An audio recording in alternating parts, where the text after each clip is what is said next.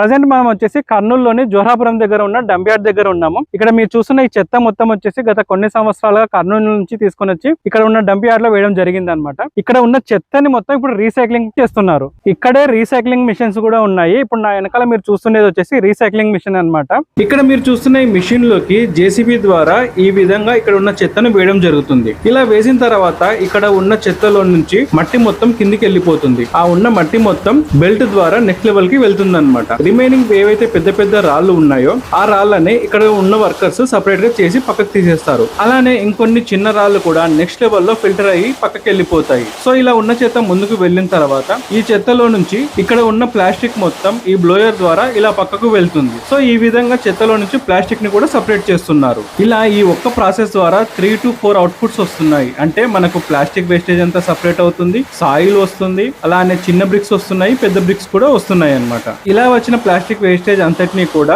Cement factories లో use చేస్తున్నారు. And మట్టిని వచ్చేసి రోడ్ సైడ్ వేయడానికి కానీ లేదంటే పొలాల్లో వేసుకోవడానికి కానీ ఇలా ఇతర అవసరాలకు ఉపయోగిస్తున్నారు. సో ఇలా మన కర్నూలులోని జోరాపురం దగ్గర ఉన్న డంప్ యార్డ్ లో కొన్ని సంవత్సరాలుగా పేరుకుపోయిన చెత్తని మొత్తం క్లీన్ చేసి రీసైకిల్ చేసి ఈ ఏరియాని మొత్తం క్లీన్ చేయాలనేసి టార్గెట్ గా పెట్టుకొని చేస్తున్నారు. ఈ ప్రాసెస్ అంతా కూడా కర్నూలు మున్సిపల్ కార్పొరేషన్ ఆధ్వర్యంలో జరుగుతుంది.